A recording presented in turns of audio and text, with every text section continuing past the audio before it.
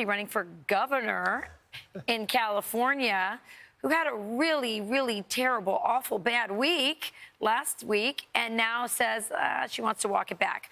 This is Katie Porter when she walked out on the journalist who interviewed her, asked her some pretty decent, normal questions. This was her reaction. Then we'll come back and show you how she's turned around and done an about-face this week. Watch. What do you say to the 40% of California voters who you'll need in order to win, who voted for Trump?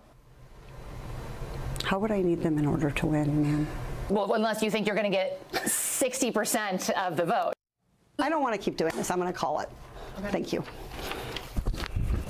You're not going to do the interview with us? Nope, not like this. I'm not. Not with 7 follow-ups to every single question you ask. And the state could lose. Get out of my shot. Okay. You also were in my shot before that. Stay out of my shot. This is the contempt she has for people who work for her. Can you imagine the contempt she has for regular voters? Exactly. Here she is apologizing. Watch. And I want people to know that I understand what I did was not good. I'm not going to mince words about it. But I also want people to understand that I am in this fight because I am not going to back down or give 1 inch when people are hurting Californians. And both of those things can be true at the same time. Griff, are you buying this apology? No. And by the way, has that CBS reporter gotten a phone call saying, hey, listen, I want to come back and sit down. I apologize the way I treated you. I know of no scheduled interview. I thought it was fascinating. Bill Maher last night had Arnold Schwarzenegger, the guy who used to be the governor of California, and he's talking about, you know...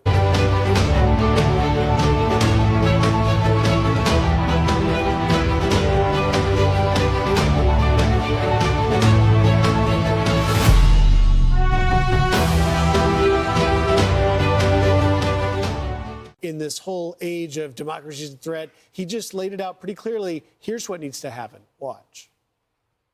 What I suggest that the way we save democracy nationwide is to really have a proposal like, for instance, the Save Democracy Act.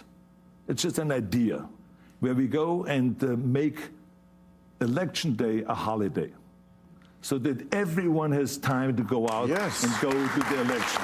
Okay. Second point, you have to have fair redistricting, to have independent redistricting commission in each state all over the United States. Yeah. And number 3, except they won't do it. And number 3, to have a voter ID, so that when you go and vote, people should know that you are that person. I think if we take those 3 things, there's something that the Republicans like, there's something that the Democrats like.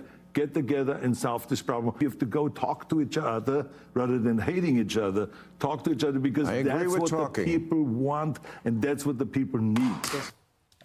There's a lot of common sense in there. I've always been for a holiday. First of all, I say no early voting unless there's an extreme circumstance or in the military, you're stationed abroad. You have to request a ballot. You have to request a ballot. I don't even like it, but okay, it has to be very, very a very good reason to do it. So I think, and I think it's very unifying. Or just a reason. A reason, but it's so unifying. The day's off, it's a holiday, everyone goes to vote together. It's a great civic moment. And then, but what I found interesting was he said that and everyone applauded. I think there's a lot of people on the left and right who like the idea of a federal holiday for that.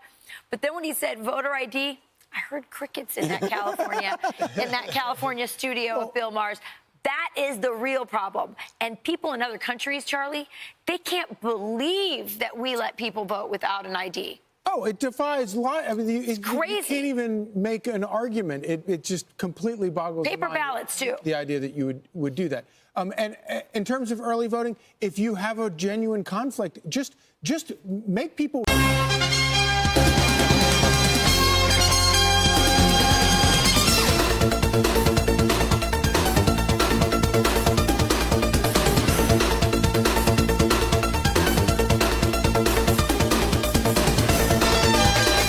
request the ballot to vote early. Sure. And I for any reason, but the problem is the idea of mass mailing of ballots so that they're floating all over the place is so dangerous, and so it completely undermines the integrity of the election. And that's not, by the way, prior to the last couple of years, that's not ever been anything that was even disputed. Everybody acknowledged that was really bad.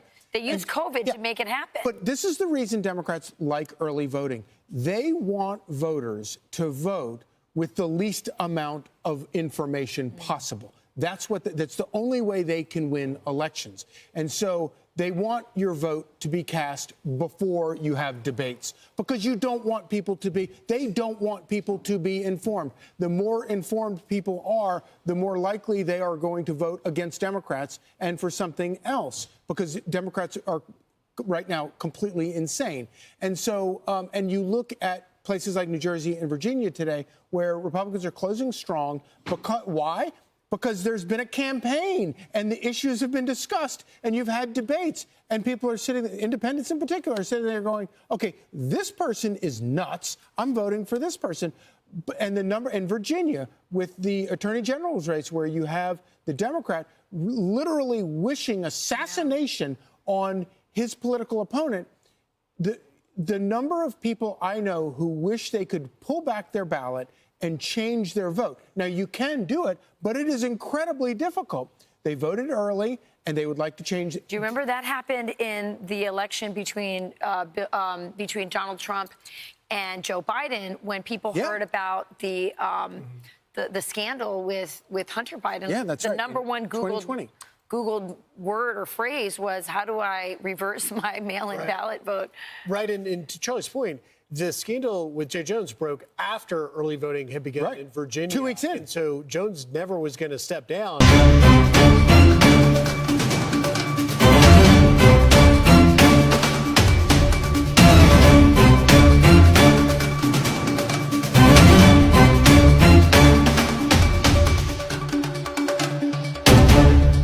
And other Democrats won't call for him to do so because they can't replace him on the ballot. It's too late. So they've got to just hope to weather the bad news and walk away with a victory, which is crass politics rather than what should be the fundamental of democracy. And I do think Schwarzenegger's got a great point. It should be bipartisan that Congress would vote to make Election Day a national holiday. Yeah, it really should happen. What do you think about the paper ballots? I don't think I heard him say that, but I'm all for that. We used to do that. Listen, the part I liked about it was he talked about fair redistricting. Okay, great. Let's do this, Arnold. Let's start with Massachusetts. 40% of Massachusetts votes Republican. Do you know how many members of Congress are Republican from Massachusetts? Zero. I'm Steve Doocy. I'm Brian Kilmeade. And I'm Ainsley Earhart. And click here to subscribe to the Fox News YouTube page to catch our hottest interviews and most compelling analysis.